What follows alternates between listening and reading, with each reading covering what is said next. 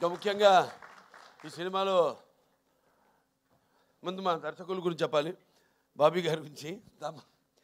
అంటే ముత్యాలు ఎలా ఏటమూలుగా జారితే ఎంత అందంగా ఉంటాయి కనపడడానికి, అలా ఎంతో అందంగా ప్రతి నటుడి దగ్గర నుంచి కూడా హావభావాలను రాబట్టుకోగలిగాడు మా దర్శకుడు బాబీ.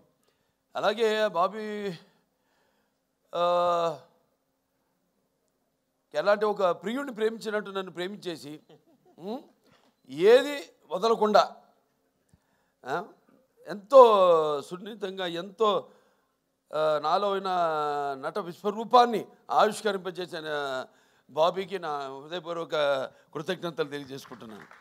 ఒక నమ్మకం, ఏదైనా ఒక నమ్మకం ఉంటాను. అంటే ఆయన చూడడానికి ఎంత స్టైలిష్గా ఉంటాడు ఆయన, అలాగే ఫస్ట్ హాఫ్లో కూడా నన్ను అంత స్టైలిష్గా చూపించాడు ఆయన బ్రహ్మాండంగా. ఇక ప్రతి చాలా ఎన్నో విషయాలు డిస్కస్ చేసి సినిమాలో మేము అనుకున్నవి తీసినవి కూడా కొన్ని ఉన్నాయి ఇంకా. కానీ సినిమా నిడువుని బట్టి ఎంత ఉండాలి సినిమా అంతే.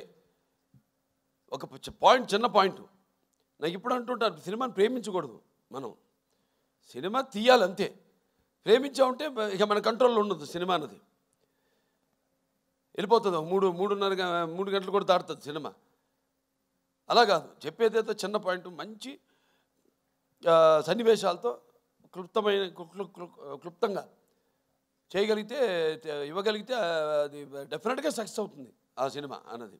అలాగే బ్రహ్మాండంగా వాళ్ళ టీము అందరు కూడా బ్రహ్మాండంగా వర్క్ చేసి